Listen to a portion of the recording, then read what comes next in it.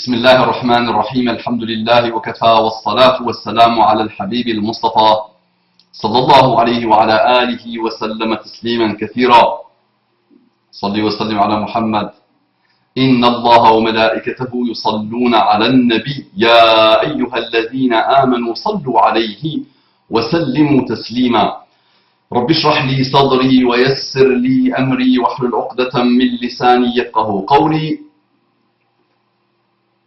أبنائي بناتي أعزائي عزيزاتي طلابي طالباتي أصدقائي صديقاتي أعدائي عدواتي تلاميذي تلميذاتي السلام عليكم ورحمة الله وبركاته même mes ennemis.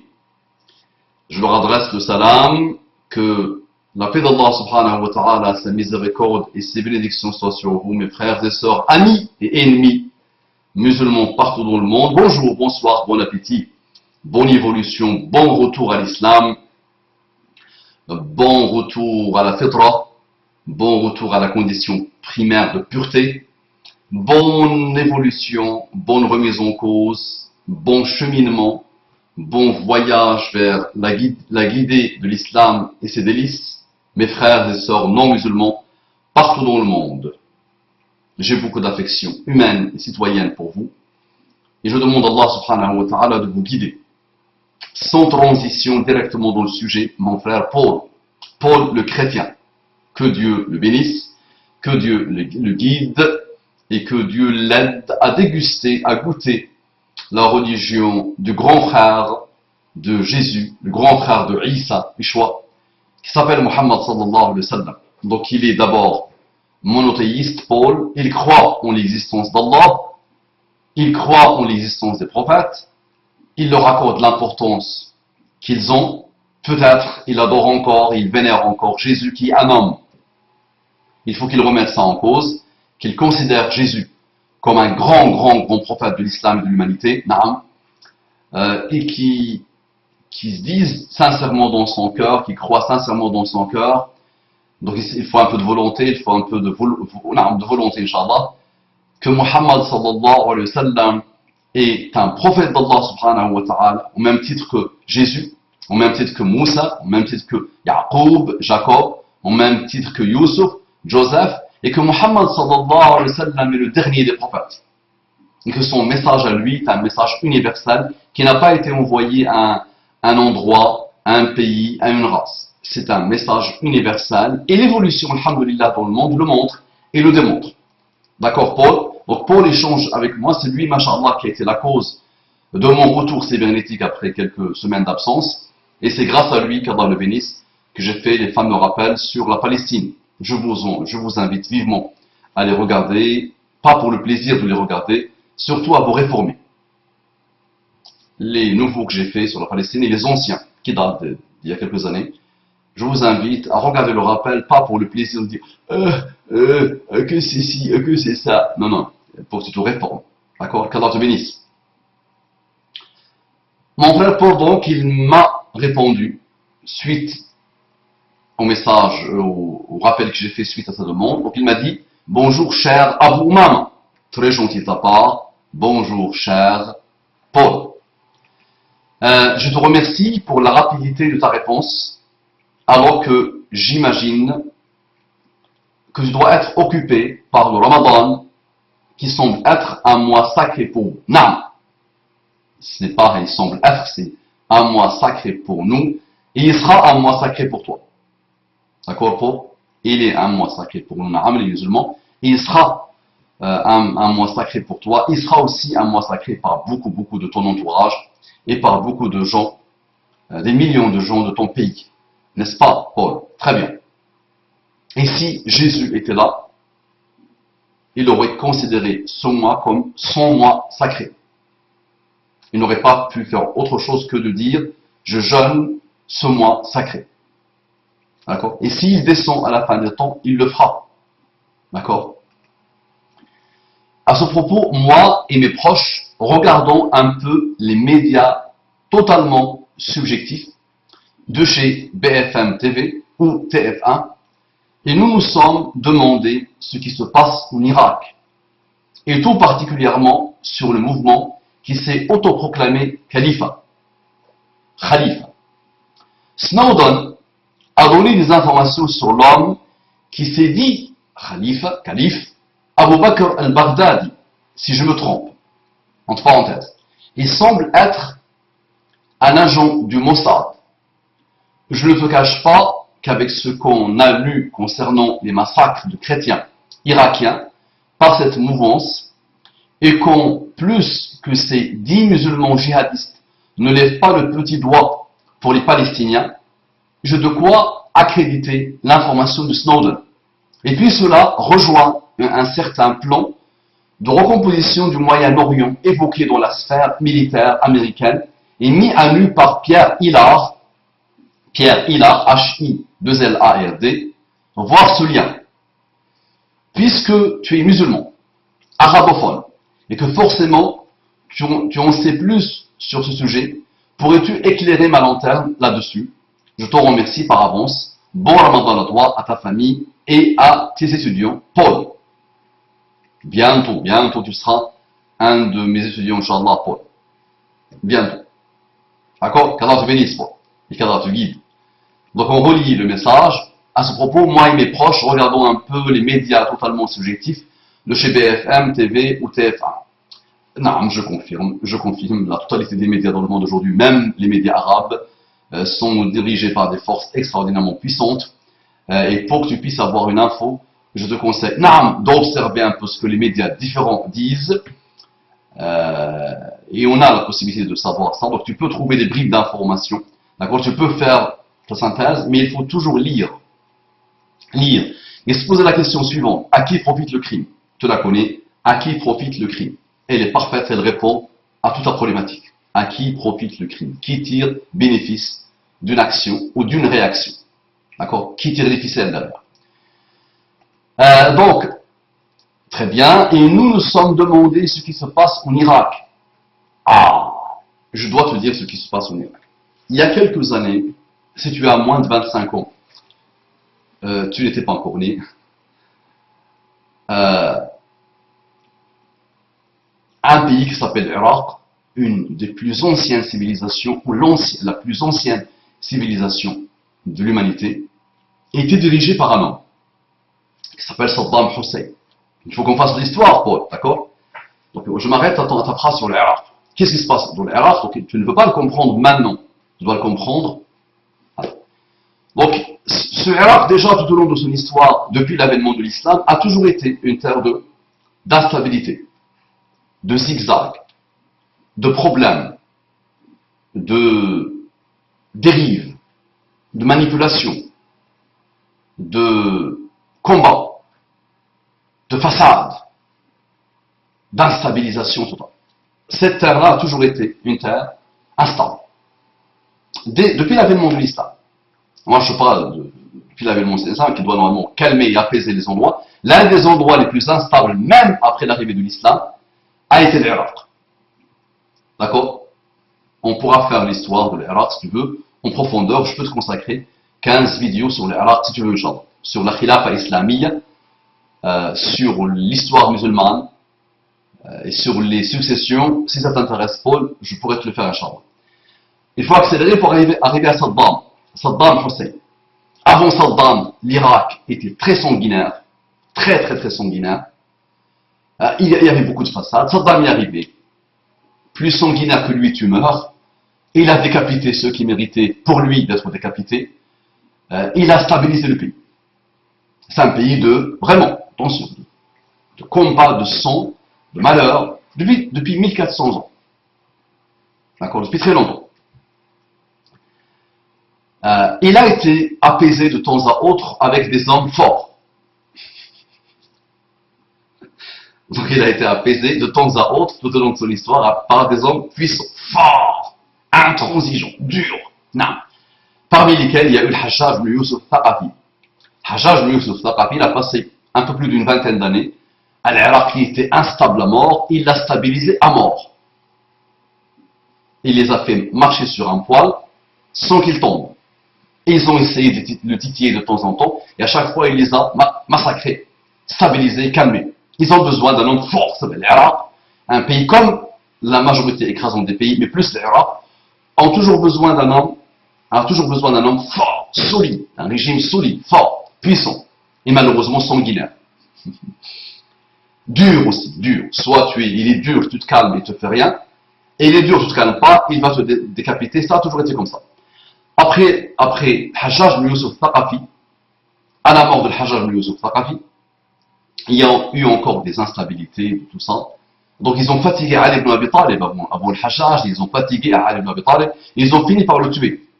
D'accord? Hajjaj est arrivé, il les a calmés, il a réalisé la prophétie de Ali ibn Abi Talib, qu'il le répétait à chaque fois. Après Hajjaj, il y a un autre homme qui est venu les stabiliser encore, les tenir vraiment, c'est Abu Ja'far al-Mansour. Après, on arrive à Saddam. Saddam les a tenus. Vraiment. Il les a tenus comme il se doit. En disant ça, ne me dites pas tu aimes Saddam. Je dis alayhi rahmatullah. Qu'Allah l'agrée. Et j'ai pas attendu hier ou avant-hier pour ne pas aimer ce qu'il faisait, mais on va dire il a quand même réussi. On parle de ce que tu me demandes. Il a réussi à les calmer, à les stabiliser. Depuis son arrivée, depuis son avènement. Américain, les États-Unis et ses copains ont besoin de continuer à imposer leur hégémonie dans le monde et de contrôler le monde et de montrer au monde qu'ils sont les puissants. Et ce n'est pas la théorie du complot, la fameuse théorie du complot qui circule partout. C'est normal, normal. Depuis la création de l'humanité, pas besoin d'aller gaspiller des heures et des heures et des mois sur les complots, parce que chacun crée une page, Facebook ou Internet, il met tout et n'importe quoi, et tu vas penser que des choses extraordinaires, phénoménales. Il y a dedans des choses véridiques, il y a dedans des choses tirées par les cheveux, il y a de tout. Mais ce qu'il faudra retenir, c'est quoi? C'est que depuis la création de l'univers, il y a toujours eu le mal et le bien. Les gens du mal sont beaucoup plus nombreux que les gens du bien. Les gens du mal ne peuvent pas laisser les gens du bien tranquilles, donc ils vont faire des complots, ils vont faire des agressions, ils vont faire des injustices, ils vont faire des instabilités, ils vont créer le façade, la discorde totale. Ça a toujours été comme ça. Donc Amérique est fidèle à ce qui s'est toujours passé dans le monde. Les forces du mal doivent, et encore heureux qu'ils le font, c'est les forces du bien qui ne font pas grand-chose malheureusement. Les forces du mal travaillent. Ils consacrent des milliards et des milliards et des milliards, beaucoup d'énergie, beaucoup de temps, beaucoup d'argent, pour combattre le bien. Et aujourd'hui, le meilleur bien qui existe sur Terre, le plus grand rempart qui existe dans l'univers, d'accord, s'appelle l'islam. Pas le christianisme. Ça s'appelle l'islam. L'islam est la continuité du christianisme, n'est-ce pas? Le christianisme, malheureusement, il a été falsifié. Il ne vaut plus rien. Il ne change rien. Il n'apportera rien. Je dis franchement, je ne rabaisse pas les chrétiens en disant ça. La falsification du christianisme a fait que le christianisme perd du terrain, il n'a pas d'avenir. Il n'a pas de présent, il n'a pas d'avenir. D'accord? Parce que c'est une religion qui a été envoyée par Allah lui-même, qui a été voulue par Allah lui-même, dans un temps donné, dans un endroit donné. Mais qui n'est pas universel, et qui n'a pas tous les outils nécessaires, toutes les choses nécessaires pour qu'elle se maintienne. Et l'histoire le montre, alhamdoulilah. Mais nous avons un énorme respect pour les chrétiens. Attention, ne me faites pas dire ce que je ne dis pas. Saddam y est arrivé, il a contrôlé, il a tenu le pays, vraiment, il a vraiment tenu, à tous les niveaux. Amérique et sa protégée, Israël, le cancer du monde, et les amis des États-Unis, à commencer par l'Arabie Saoudite, à commencer par l'Arabie Saoudite, n'ont pas voulu que Saddam continue. Parce que souvent dans la politique, et c'est tout le temps dans la politique, aujourd'hui nous sommes amis, demain nous sommes ennemis. Chacun travaille pour son pouvoir à lui, chacun travaille pour son idée à lui. D'accord? Les États-Unis travaillent pour son pouvoir à elle, pour son hégémonie à elle, et surtout contre l'islam, contre la morale, contre le bien. D'accord? Ça, c'est les États-Unis. L'Arabie Saoudite n'a pas de stratégie, n'a pas de planification, n'a rien. Elle travaille pour la famille régnante, pour maintenir le pouvoir de la famille régnante. Sachant que dans la famille régnante, il y a de tout. Il y a vraiment de tout. Tu as le pire égaré jusqu'à la personne qui prie toute la nuit. Dans la famille régnante. Donc il y a des intérêts contradictoires dans la famille régnante saoudienne. Donc ceux qui avaient les faucons de la famille régnante de l'époque n'ont pas voulu que Saddam continue. Pour des intérêts pétroliers, pour beaucoup de choses. Mais on va dire la finalité, c'est qu'ils n'ont pas voulu qu'il continue. Il a été manipulé, on lui a un peu insufflé, on l'a un peu aidé, on l'a un peu, le pauvre, fait tomber dans son propre piège de la mégalomanie, de la paranoïa totale, de désir d'hégémonie sur le Koweït. Il a attaqué le Koweït. Il ne s'est pas rassasié. Dans la foulée de l'attaque, il est parti attaquer des villes de l'Arabie saoudite. En une nuit, il a pu contrôler quelques endroits de l'Arabie saoudite. Et les États-Unis a dit stop. Non. Et il ne peut pas. Alors, ça fait plus de 60 ans qu'il y a un pacte entre les États-Unis et l'Arabie saoudite. Hein. Et ce n'est pas possible de laisser ça. Donc ils l'ont stoppé. Je me rappelle très bien de ce moment-là. Je sais même ce que je faisais à l'époque. Quand les États-Unis et ses copains ont attaqué Saddam. Ils ont emporté la chose, la guerre, la pseudo-guerre on va dire, et l'Arabie saoudite et les États-Unis et Israël et d'autres ont décidé que pour ce moment-là de leur histoire, il fallait qu'on finisse avec Saddam. Définitivement. Il y a des intérêts, attention, les intérêts changent. Je suis ami aujourd'hui avec Saddam, demain je suis ennemi de Saddam, je suis ami avec lui pour qu'il attaque l'Iran, qui ne pose problème. Quelques années après, je deviens l'ami intime de l'Iran. Ça, c'est les États-Unis. Aujourd'hui, les États-Unis préparent l'intimité, la nuit de noces, la nuit nuptiale avec l'Iran. Aujourd'hui, en ce moment. Non, très bien. Donc ça change tout le temps. Donc ne soyez pas étonnés de ça, ça change tout le temps. Les intérêts sont très contradictoires, les enjeux sont très contradictoires. Et pour atteindre l'intérêt ultime, on peut passer par beaucoup de chemins qui peuvent te sembler à toi très contradictoires. On a fini avec Saddam, on a tué 2 millions de personnes, directement et indirectement. On a pillé l'une des plus anciennes civilisations au monde. On a détruit l'Irak. Et depuis, il y a toujours une instabilité ou des instabilités sans nom dans l'Irak. On a colonisé l'Irak. L'armée américaine a passé pas mal d'années à coloniser l'Irak. Et à ce moment-là, il y a des gens qui se sont dit non. Des musulmans qui se sont dit non. Les États-Unis ont massacré notre pays. On vient. Donc il y a eu des musulmans, il y a eu des communistes, il y a eu des laïcars, il y a eu des athées, il y a eu des mécréants, il y a eu des gens qui n'ont rien à voir avec l'islam, il y a eu des chrétiens, il y a eu des partis, des gens de l'Ba'ath, les amis de Saddam, il y a eu de tout. Qui ont dit non, on va combattre les États-Unis. Donc le combat a commencé, le façade a commencé. Les États-Unis ont perdu des hommes, beaucoup d'hommes, beaucoup d'hommes, plus de 5000 hommes. Et elle s'est dit, on va arrêter. C'est bon, on va. Donc parmi les hommes qui ont combattu les États-Unis, il y a eu des musulmans. Majoritairement des musulmans. Au début, ils ont combattu les États-Unis, puis petit à petit, ils ont commencé à se combattre entre eux, et ça a toujours été le cas. D'accord. Donc les sunnites, les chiites, ils ont commencé à se battre, à se combattre entre eux, à se massacrer entre eux, vraiment, d'une manière, subhanallah, plus sanguinaire que ça, tu meurs, il n'y a pas plus sanguinaire. Même les États-Unis peuvent atteindre les summums de la violence et de l'injustice, mais les musulmans entre eux, malheureusement, ils dépassent tout le monde. Ça a toujours été le cas. Et ça restera le cas, malheureusement. Donc, au début, ils ont voulu combattre le colonisateur. N'importe quelle personne, mon ami Paul le fera, n'est-ce pas?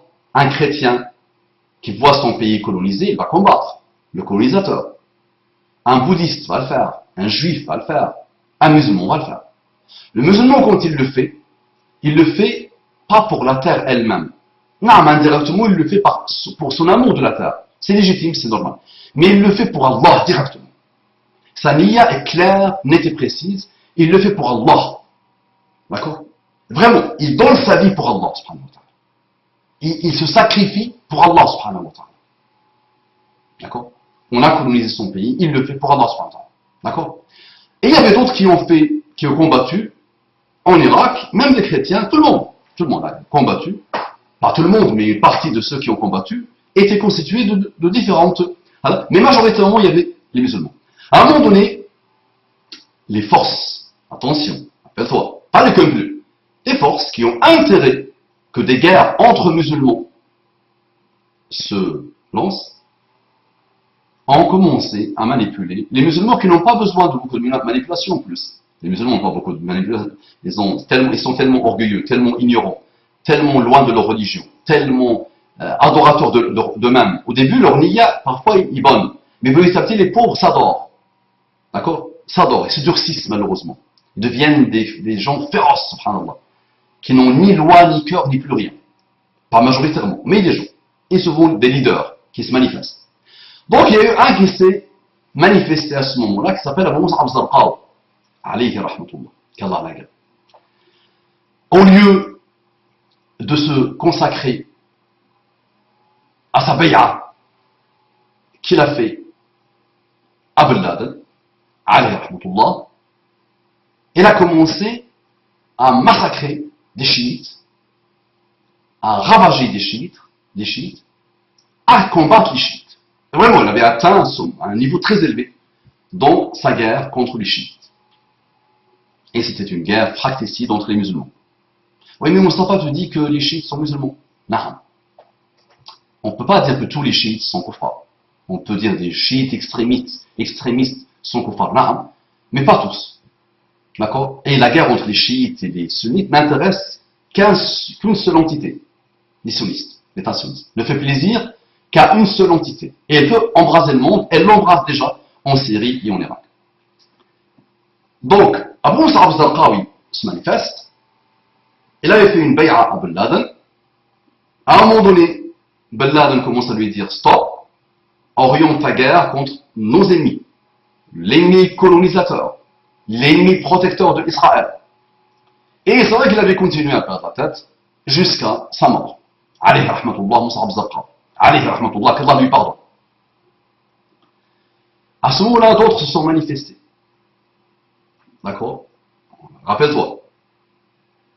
D'autres se sont manifestés et on arrive, depuis 2006, à الدولة الإسلامية في الشام وفي العراق والشام. الدولة الإسلامية في العراق والشام. Daesh. Ça. Ils n'aiment pas qu'on les appelle Daesh. C'est vrai que c'est un nom bizarre. Donc, Daesh, c'est الدولة الإسلامية في العراق والشام. Donc, ceux de qui tu parles. Donc, tu vois d'où on vient. Directement, qui est la cause de tout ça? Qui est la cause? C'est ceux qui donnent des leçons de vie et de morale à l'humanité. Ceux que toute l'humanité imite, même les musulmans, dans tous les pays musulmans. Ceux qui ont imposé leur hégémonie culturelle et intellectuelle, économique, sociale, sociétale, médiatique à toute la planète. Et tout le monde les adore, tout le monde les vénère. Même ceux qui prétendent être entre systèmes. Donc les États-Unis et Israël. Et leur allié, Arabie Saoudite. Donc là, il y a eu cet État islamique de l'Irak au Sham qui s'est manifesté. Au début, comme toute chose, il y a eu obligatoirement et sûrement une bonne niya. La niya sincère était combattre les États-Unis. Et parmi eux, il y a eu des hommes d'honneur qui ont combattu les États-Unis et ces agents doubles, ces agents triples, ces espions, et ceux de l'Israël, et ceux de l'Arabie Saoudite, ils ont vraiment combattu. Ils étaient financés par l'Arabie Saoudite. Non. Ils étaient financés par Qatar. Non. Ils ont été financés par d'autres pays. Non. Ils ont même été financés par Israël. Oui. Ils ont été financés par et aidés, soutenus par les États-Unis. Oui. Ils ont été financés par Russie. Oui. Ils ont été financés par Iran. Oui. Moustapha, tout ça. Non. Des intérêts contradictoires, des enjeux contradictoires. Chacun travaille pour lui. Et chacun a des vues. Sauf qu'il y a des gens stratèges, tacticiens, qui travaillent pour 200 ans, 300 ans, 400 ans, 500 ans, et qui ont toujours des plans A, B, C, D, E, jusqu'à Z. Ce sont les États-Unis, ce sont Israël, et ce sont les pays de ce type-là. Et il y a des malheureux, des imbéciles, des cons, des gens qui n'ont aucune tactique, qui n'ont aucune stratégie, qui s'appelle l'Arabie Saoudite, le Qatar et d'autres. Iran est à part. Iran est à part. Tu peux la mettre à côté des États-Unis et d'Israël. Et Iran, Asfahan, Londres, Asfahan, ceux-là ont toujours été extraordinairement rusés. Avant même la naissance d'Israël et avant même la naissance des États-Unis, ils ont toujours été, tout au long de leur histoire, ils ont été des gens extraordinairement rusés. Dans l'intrigue totale. D'accord? Ça, c'est Iran. Avant même l'existence de l'Iran, je ne dis pas il y a déjà 1400 ans. À l'avènement de l'islam, et depuis l'avènement de l'islam, ils ont toujours été d'une ruse, de mauvaise intention, d'intrigue, sans limite, sans fin. D'accord? Les Perses, les anciens Perses. Donc finalement, à qui profite le crime finalement? Aujourd'hui, la situation, à qui profite le crime? Sans Snowden, sans pas grand-chose, à qui profite le crime? Quand tu vois bien, à Israël, aux États-Unis, à Iran, et le tour est joué.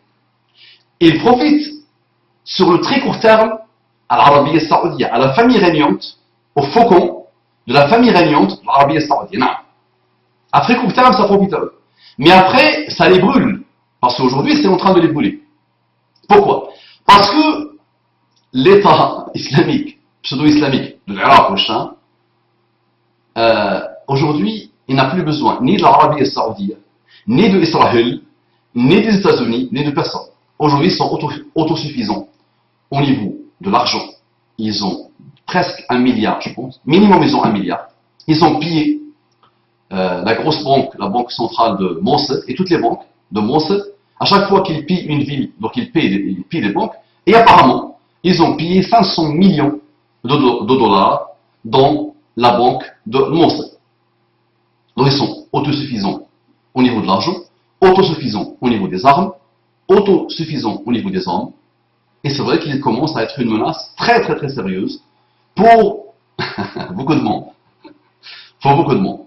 Donc aujourd'hui, au début ils ont dit Nosra est avec nous, donc ils ont fait Abu Bakr al-Jazairi, Abu Bakr al-Baghdadi, et Abu Mohammed al-Joulani, le patron du groupe Nusra, et le patron du groupe de cet État islamique, pseudo-islamique, ils se sont mis d'accord, donc ils ont décidé de se mettre ensemble. Ils se sont mis ensemble, et après le pouvoir a fait que Mohammed Joulani a dit non.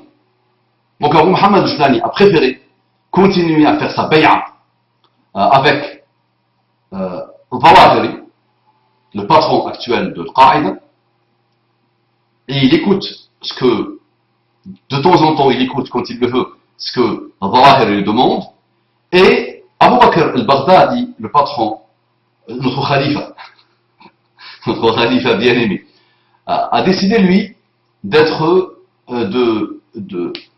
d'arrêter avec Al-Qaïda et de dire même à Al-Qaïda, c'est à vous de me faire al-bay'a. Je suis votre khalifa à vous. Vous-même et vos patrons et vos chefs, et sûrement si Bin Laden était encore en vie, il lui aurait dit, viens, tu me fais le bay'a. Le bay'a, c'est l'allégeance. Prêter allégeance. D'accord? Donc je m'arrête un peu. Alors je continue plus ou moins j'ai fait le tour de la question. Mais je vais, Inch'Allah, continuer. Et tout particulièrement sur le mouvement qui s'est autoproclamé khalifa. Naam, bien. Ce mouvement s'est autoproclamé khalifa et je ne vois pas de comité de fatwa dans le monde. Je ne vois pas de savants doués de minimum de connaissance de l'islam. Je ne vois pas de cheikh doué d'un minimum de connaissance de l'islam. Je ne vois pas de prédicateur doué d'un minimum de connaissance de l'islam. Et je vois même que le Maqdisi lui-même, le grand théoricien des pseudo-djihadistes des temps modernes, ne sont pas d'accord. Maqdisi ne le dit pas encore clairement, mais il pose des questions. Il exprime qu'il n'est pas très chaud pour ça. Il nous montre indirectement qu'il n'est pas très d'accord. Et il n'a pas prêté allégeance à ce groupe. Jusqu'à aujourd'hui, que je te parle, la date que je te parle, il n'a pas encore. Mais il pourra changer d'avis. Sachant que l'évolution a fait qu'il va dire non, stop. Même le Maqdisi, le grand théoricien, encore vivant, des pseudo-djihadistes des temps modernes. Je fais exprès de dire pseudo-djihadiste. J'expliquerai, Inch'Allah, dans une nouvelle série sur ces gens-là. Attention, les djihadistes. Qui est djihadiste pour toi, Mustafa? Un jour, je te le dirai, Inch'Allah. Abdurrahman al-Ayyashi, qui est un djihadiste. Khattab, intéresse-toi à la vie de Khattab, et ça sera peut-être la cause de ton retour à l'islam. Intéresse-toi profondément à Khattab, que je suis depuis très longtemps, alhamdulillah. Qu'Allah l'agrée, alayhi rahmatullah, mort à 32, 33 ans. Ça, c'est un mujahid, un vrai. Et parmi tous les groupes que tu vois aujourd'hui, il y a une minorité de vrais mujahidoun sincères. Mais malheureusement, ils sont tombés dans des pièges qui n'arrivent même pas, qui les dépassent. D'accord? Donc, regarde le comité de fatwa dans le monde aujourd'hui, le comité de fatwa mondial des ulama, des musulmans, a dès le départ dit, Allah, et les comités de fatwa ont parlé, les savants ont parlé, non. Non, non, non, non, non, non, il n'est pas khalifa, c'est un gag, c'est pas comme ça la khilafa, et on n'a pas, nous, les musulmans, partout dans le monde, obligation à lui faire allégeance, à ce monsieur, Abu Bakr al-Baghdadi. Et c'est un gag. Les États-Unis, qui les a utilisés, qui les utilisent encore pour un intérêt énormissime, principalement anti-islam et anti-moral, d'accord? Et troisièmement, c'est pour déstabiliser les pays musulmans, et c'est vrai, qu'est-ce que c'est que l'Irak aujourd'hui? Qu'est-ce que c'est que l'Irak? L'Irak était la première puissance militaire dans le monde musulman, l'une des plus grandes puissances économiques dans le monde musulman, l'une des plus grandes puissances culturelles dans le monde musulman. Aujourd'hui, qu'est-ce que c'est que l'Irak? Fitna totale, discours total, malheur, déstabilisation. Wala hawla wala quwwata illa billah. Qui tire les ficelles? Les États-Unis, Israël, Iran, les chiites partout dans le monde, d'accord? Et ceux qui veulent leur pouvoir sur le très court terme. L'Arabie saoudienne, quand ça l'intéresse, Qatar, quand c'est pour elle, ça lui fait plaisir, quand ça lui fait du bien, et les faucons de chaque famille régnante dans les pays musulmans. Et naam, le carburant de tout ça, ce sont des jeunes, les pauvres, حدثاء أسنان سفهاء أحلام أحداث الأسنان سفهاء الأحلام comme a dit Muhammad sallallahu alayhi wa sallam. Que ça, Paul, est largement suffisant pour te dire Ashhadu an la ilaha illallah wa ashhadu anna Muhammadan Rasulullah sallallahu alayhi wa sallam. L'imam, pourquoi Paul, je demande, juste avec ces deux mots que je viens de citer, tu dois faire ton attestation de foi et tu dois faire plaisir à Jésus, à Isa. Parce que Muhammad sallallahu alayhi wa sallam nous a parlé de tous ces groupes. Il nous a donné les critères pour les repérer. Parmi les critères pour les repérer, ce sont des gens en général jeunes, la fougue de la jeunesse, jeunes, des gamins.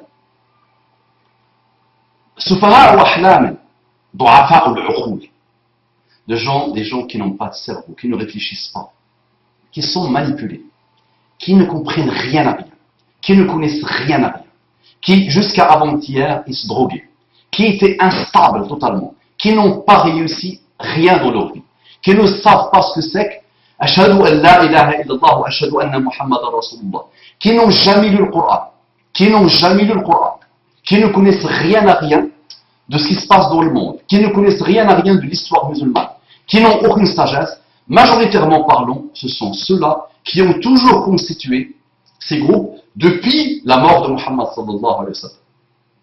Oui, Mustafa. Ah oui, donc ces groupes-là existent depuis Naam. Et Muhammad sallallahu alayhi wa sallam nous a donné comment les repérer.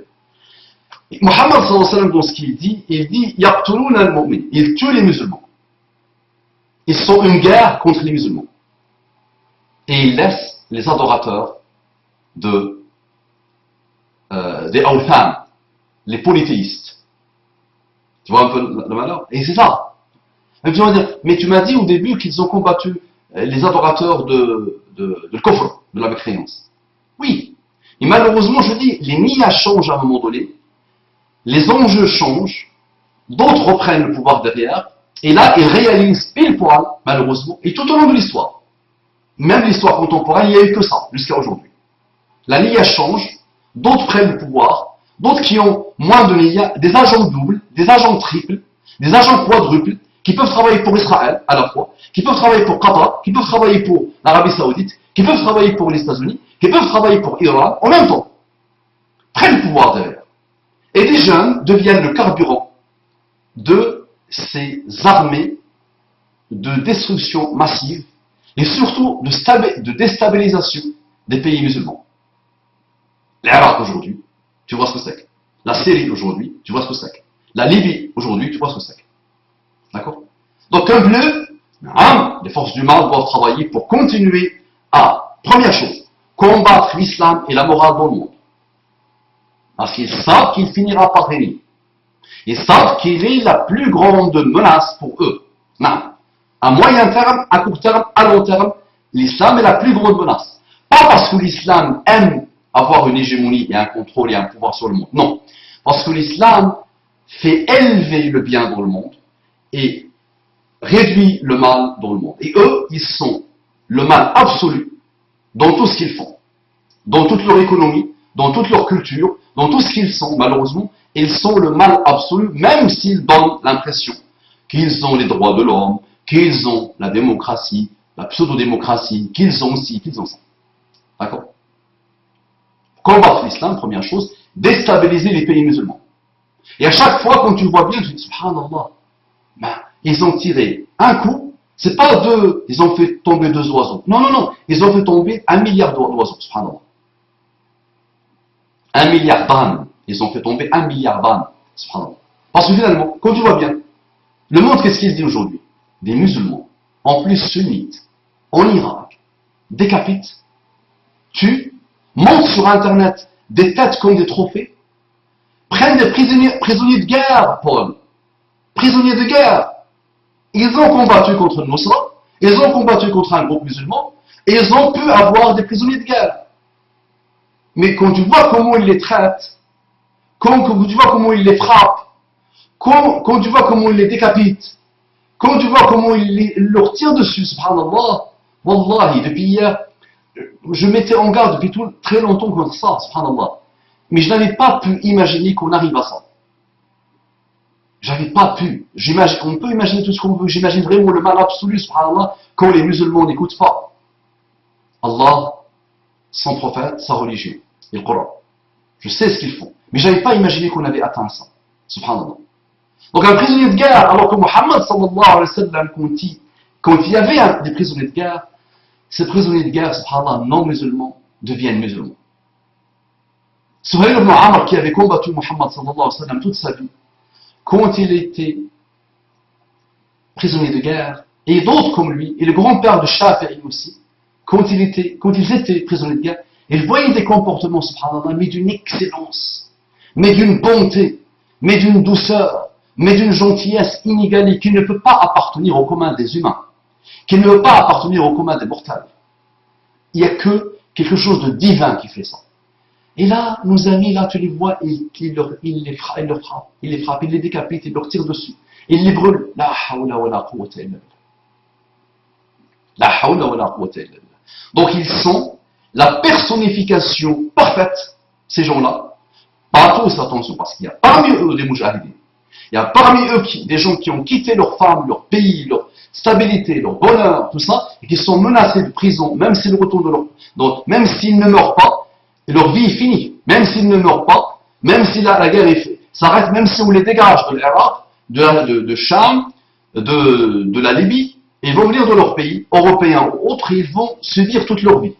Donc il y a des gens, à la base, ils avaient une bonne ligne. Même s'ils me demandent mon avis, je leur dirais non. Reste dans ton pays, s'il te plaît. Tu as beaucoup de choses à faire qui vont t'élever toi-même, qui vont t'attirer la satisfaction d'Allah subhanahu wa ta'ala, qui vont élever le monde, plus que aller avec des groupes que tu ne connais pas, avec des gens que tu ne connais pas, ou tu ne sais pas pourquoi ils combattent, tu ne connais pas leur but. Quand tu es avec eux, tu vois vraiment qu'ils n'ont pas beaucoup d'éducation islamique. Alors, attention, c'est pas majoritaire ce que je raconte. C'est pas tout le monde, mais on va dire allez, un grand nombre. D'accord, donc je continue de lire un peu le message de notre frère. Le mouvement qui s'est autoproclamé très bien. Snowden a donné des informations sur l'homme qui s'est dit Khalifa. Abu Bakr al-Baghdadi, si je me trompe. Non. Non. Et Snowden et d'autres vont dire des choses véridiques et vont dire des choses non véridiques. D'autres vont prendre ces informations, ils vont créer des pages, ils vont rajouter du sel et du poivre et du cumin, et ils vont te sortir des théories extraordinairement bizarres qui vont propager, d'autres vont rajouter, et là on arrive à des choses comme bleu, même l'oxygène que tu respires devient américain et on s'en sort plus, et on produit des gens de la paranoïa totale, des gens qui sont dépressifs, malheureux, inutiles, fades, contre-productifs. D'accord? Mais Snowden a dit des choses véridiques. Est-ce que ce qu'il a dit sur Abu Bakr al-Baghdadi est véridique? Je ne sais pas. Parce que je ne veux pas entrer dans le cœur des gens. L'islam m'arrête, je ne veux pas entrer dans les intentions des gens. Par contre, moi je vois les conséquences. Je vois l'aboutissement de l'action actuelle de Abu Bakr al-Baghdadi et ses copains et ses amis. Et je te dis, je vois pile poil le Khawarij, ceux que Muhammad sallallahu alayhi wa sallam a décrits et qui ont existé à son époque. Celui qui avait dit à Muhammad sallallahu alayhi wa sallam, est-ce que tu peux imaginer ça, Paul? Toi tu vois Muhammad sallallahu alayhi wa sallam, je suis sûr et certain que tu perds l'usage de la parole. Tellement tu vas avoir du respect pour lui. Toi qui es chrétien, dès que tu le vois, je vais même te dire pire, le jour où tu rêveras de Muhammad sallallahu alayhi wa sallam, wallah, tu sentiras des choses que tu passeras toute ta vie et tu ne les sentiras jamais. Juste quand tu vas le voir dans un songe, dans un rêve. Imagine si tu t'assois devant lui. Tu peux perdre la parole. Et lui, il n'aimait pas ça, attention. Lui, il va te dire, je ne suis pas un roi, je ne suis qu'un serviteur d'Allah qui a une maman qui mangeait le qadid à Makkah, la viande asséchée. Il n'aimait pas qu'on lui présente des allégeances, tout ça. Il n'aimait pas ça. D'accord? Parfois, il marchait, des gens assis, les sahaba assis, ils se mettent debout pour lui. Non, restez. Restez là où vous êtes. Donc il avait une modestie, une humilité totale. Donc imagine, un homme a dit à Muhammad sallallahu alayhi wa sallam, I'dil ya Muhammad fa innaka lam ta'dil. Donc Muhammad a distribué le butin de guerre d'une bataille, et un homme, il lui dit, I'dil, parce que, ya Muhammad, regarde le non-respect, ya Muhammad, comme ça, haraf, sans ya Rasulallah, sans rien, il dit I'dil. Un pseudo-musulman, et il dit à Muhammad sallallahu alayhi wa sallam lui-même, I'dil. Tu n'as pas été juste. Sois juste, ô Muhammad. Et Muhammad le regarde. Il dit, si moi je ne fais pas l'adl, qui va le faire? Mais je suis l'homme le plus adl, le plus juste, le plus équitable. Et vous ne connaîtrez pas plus adl et le plus juste que moi. Alors que Khalid, ou Omar, ou les deux, dans des versions de hadith, Khalid bin Walid, ou Omar, ou les deux, a décapité, a dégainé son sabre, ou ont dégainé leur sabre pour le décapiter. Tellement, pour eux, il a manqué de respect à Muhammad sallallahu alayhi wa sallam. Et Muhammad nous a dit que de celui-là sortiront, ou des gens vont sortir, comme celui-là, d'accord, comme celui-là, qui ont un niveau de ibadah très très élevé, qui ont un niveau de foi très élevé, un niveau d'adoration très élevé, tellement élevé, c'est Muhammad qui parle, que, sallallahu alayhi wa sallam, que vous les sahaba, vous allez mépriser votre adoration à côté de la leur. Vous allez mépriser vos prières à côté des leurs. Vous allez mépriser votre jeûne à côté de leurs. Et ils vont lire le Coran, comme dit Muhammad sallallahu alayhi wa sallam. Ils vont lire le Coran, mais sans méditer dessus. Ils vont lui faire, dans une autre version, ils vont faire dire au Coran ce qu'il ne dit pas. Il va être contre eux, alors que eux, ils pensent qu'il est pour eux. Alors, ça c'est Muhammad qui parle. Le Coran va être contre eux, alors que eux, quand ils le lisent, ils pensent qu'il est pour eux. D'accord? Ils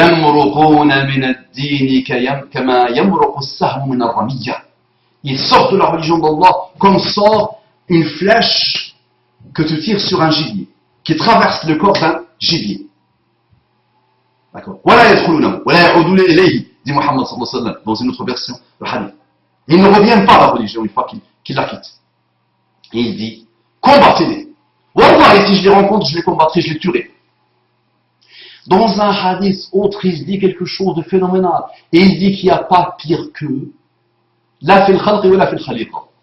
Dans un hadith. Pas pire qu'eux. Ils sont les pires des humains et les pires des créatures d'Allah. C'est Khawarij. Et il dit qu'ils vont continuer tout le temps. Ils vont être là tout le temps. C'est pas. Après, les Sahaba ont divergé. Les savants ont divergé sur est-ce qu'ils ont correspondu que à l'époque de Mohammed, après la mort de Mohammed, ils ont combattu Ali. Ali a dit des merveilles sur eux. Ali a eu des hadiths de Mohammed qu'il a vécu une fois que les Khawarij ont commencé à le combattre et il les a vus se réaliser. Wallah, il les a vus se réaliser. Et les gens étaient étonnés quand Ali leur disait voilà ce que Mohammed nous disait, voilà que Mohammed un khariji, que Mohammed a décrit. Mohammed a donné à la perfection la ressemblance, à quoi ressemble un de ces Khawarij. D'accord? Et quand Ali les a combattus, et quand il avait fini avec eux, quand il les a massacrés, quand il les a vaincus, il a cherché, il leur a dit trouvez-moi celui que Mohammed a décrit, et voici comment il est. D'accord? Et ils sont partis chercher, ils n'ont pas trouvé. Et Ali dit non! Ali croit en Allah, pas comme eux. Croit en le prophète Mohammed sallallahu alayhi wa sallam. Il est parti chercher avec eux et ils ont trouvé l'homme décrit par Mohammed sallallahu alayhi wa sallam sous d'autres hommes qui ont été tués sur lui. Et ils ont trouvé la Amara, le signe que Mohammed sallallahu alayhi wa sallam pile poil a donné sur cet homme. D'accord? Et ces hommes-là sont morts et ils sont venus tout le temps. Et jusqu'à la fin des temps, ils seront là comme dit le hadith. D'accord? Donc nous avons les critères. À chaque fois que je vois un groupe musulman se lancer, j'observe. Ceux qui se lancent directement sur le takfir, sur dire que tout le monde est kuffar, bon. Dès le départ, on voit le khawarij. Ceux qui commencent dès le départ à dire les autres sont kuffar, mécréés, tout le monde est kuffar. Ceux qui disent que les dirigeants sont kuffar, ils sont même partis dire que, pas que les dirigeants sont des kuffar, l'armée des dirigeants kuffar, la police des dirigeants kuffar, tous les employés, tous les ouvriers, tous les intellectuels qui travaillent pour le gouvernement sont kuffar, mécréés. Et c'est là comme ça, et ils tuent les musulmans. D'accord? Et là, je vais te dire quelque chose qui t'intéresse, mon ami Paul le chrétien. Tu sais très bien qu'ils ont massacré les chrétiens, tu nous le dis. Donc tu le dis bien dans ton message. Donc je vais continuer dans ton message. Il semble être un agent du Mossad. Je ne te cache pas qu'avec ce qu'on a lu concernant les massacres de chrétiens irakiens par cette mouvance, et qu'en plus, que ces 10 musulmans djihadistes, c'est lui qui le dit, que ces 10 musulmans djihadistes ne lèvent pas le petit doigt pour les Palestiniens, je te crois accréditer l'information de Snowden. Tu accrédites l'information pour ton âme. Oublie Snowden, oublie Complot, oublie tout ça.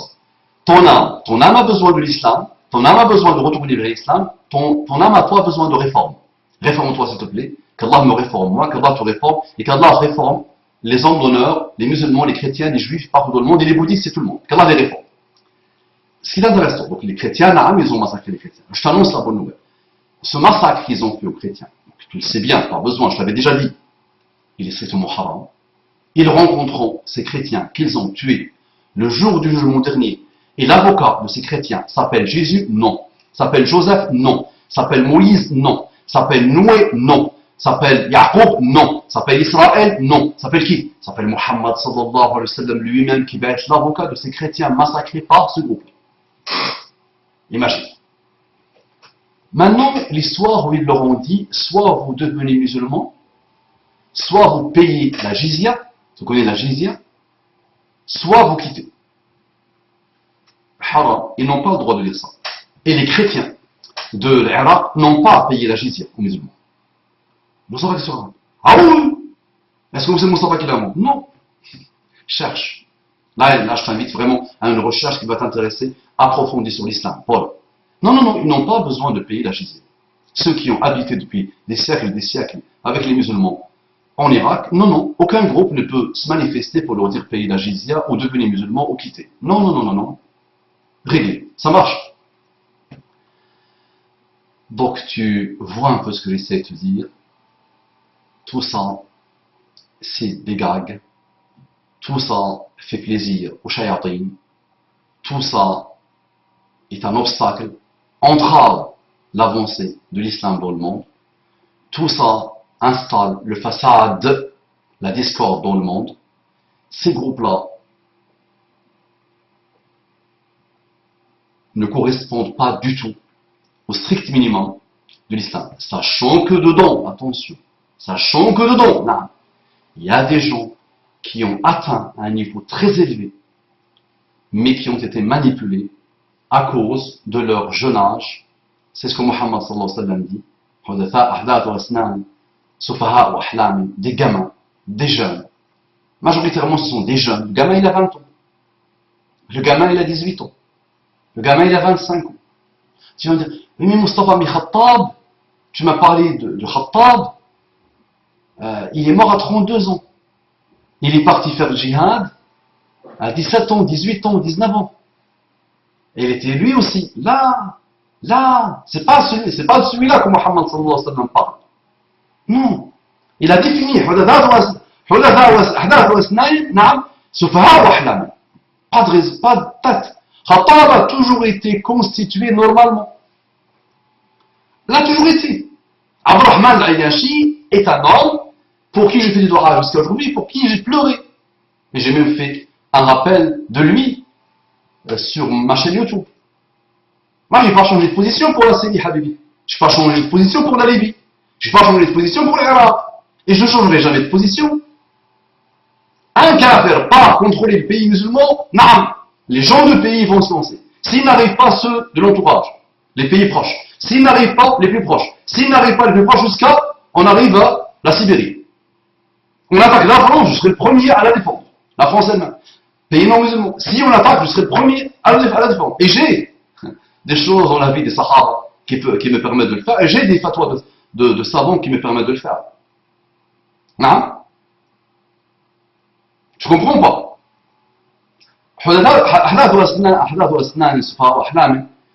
Majoritairement, Muhammad sallallahu alayhi wa sallam parle d'eux pour décrire ce qu'ils sont. Et donc la majorité, c'est vrai qu'on voit en Syrie aujourd'hui, qu'on voit en Irak aujourd'hui, qui vient de partout dans le monde. La majorité écrasante, comme a dit Muhammad sallallahu alayhi wa sallam, sont des gamins qui ne connaissent rien à rien, qui sont jeunes les pauvres, qui n'ont pas de cerveau, qui n'ont aucune sagesse, qui n'ont rien compris de rien les pauvres, qui sont manipulables simplement, mais facilement. Le pire des sionistes, derrière un ordinateur, peut les envoyer combattre la neige en Sibérie. Imagine. Tu vois la chose? Wallahi. Tu vois la métaphore que je fais. Wallahi. Le pire des sionistes, assis derrière un ordinateur, peut les envoyer combattre la neige. Combattre les moustiques qui sont enfouis depuis des millions d'années sous la neige en Sibérie. Il m'a dit, il y a des bactéries qui menacent les musulmans dans le monde, des bactéries qui sont enfouies dans la neige depuis des millions d'années, et à partir de pour combattre. Il m'a dit, vis-à-vis-là. Je vais dire jihad, vis-à-vis-là. Tu vois un peu la chose ou pas? Tu comprends ce que j'essaie de te dire, Paul? D'accord? Donc je finis, ne lève pas le petit doigt pour les Palestiniens. Il faut une rectification. Ça ne veut pas dire, quand tu vois un groupe musulman, un groupe citoyen, un groupe humain, combattre pour une bonne cause. La France, il y a eu des résistants, ils ont combattu pour la bonne cause. Ce sont des dieux aujourd'hui sur Terre. Charles de Gaulle est une divinité sur Terre. Si tu vois un groupe musulman défendre sa terre, qui ne vit pas dans un imaginaire d'une khilafa imaginaire qu'il ne comprend même pas, tu penses qu'il combat pour la bonne cause, qui défend son pays contre un colonisateur américain, ou sioniste ou autre. Et quand tu vois qu'il ne parle pas de la Palestine, il ne faut pas dire forcément que c'est un pro-américain, pro-sioniste. D'accord? Parce que Habibi, juste dire, imagine, un mot contre Israël peut faire de toi l'ennemi public numéro 1. Et ta cause devient contre-productif. Là, tu parles de sionistes et de Israël. Si tu parles de juifs, c'est fini pour toi. D'accord? Donc, Naam, souvent, des gens qui ont combattu pour une bonne cause, ils sont rares, attention, ils sont vraiment rares, sur la mouvement islamique depuis 30, 40, 50 ans maintenant, ou depuis les plus grands réformateurs contemporains, parmi lesquels Hassan al-Banna, alayhi rahmatullah. Hassan al-Banna, celui qui a fait vraiment trembler Israël, et quand Israël entend son nom, elle change ses couches. Tu vois, il fait pipi, il fait caca avec, elle change ses couches. Hassan al-Banna étudie sa vie, et que celui qui te parle n'a jamais appartenu au Ikhwan, il n'est pas frère musulman, il ne l'a jamais dit, il ne l'a jamais été, d'accord? Même si je peux te dire de belles choses sur les frères musulmans, plus ou moins pour moi, ils sont les plus globaux, les plus intelligents aujourd'hui, et ceux qui ont toujours suivi dans leur vie, dans leur chair, dans leur enfant, dans leur argent, dans leur stabilité, depuis plus de 80 ans maintenant. À part Hassan al-Banna, depuis, les groupes n'arrivent pas, ou ne peuvent pas, ou ne veulent pas trop parler. Parce que de toute façon, parler d'Israël, si un groupe de djihadistes parle d'Israël, à l'instant qui suit, ce groupe n'existe plus. Même s'il se cache au fin fond de la Sibérie. Il y a eu à une époque des cartes, des bus affrétés juste pour s'approcher de la Jordanie. Israël et les États-Unis ont appuyé sur un bouton et ils ont. Le missile tombe, subhanallah, du ciel et il finit avec le bus ou le camion. Alors donc, ça viendra, genre. Cette époque-là viendra. Pour le moment, ne soyons pas contre-productifs, soyons très intelligents, soyons très malins, soyons très rusés, soyons très honnêtes, soyons très sérieux, soyons très justes, soyons très équitables dans tous nos combats. Et surtout, observons bien, méditons bien le Coran et ses exégèses des Sahaba, Salaf, des Tabi'in, de la biographie des Sahaba, de la biographie des Salaf, quand il y a les fitan, de nos savants tout au long de l'histoire musulmane. Et en prenant en compte le contexte mondial actuel. Qu'est-ce qu'on veut? C'est quoi notre objectif ultime, Paul? Demain, quel sera ton objectif ultime?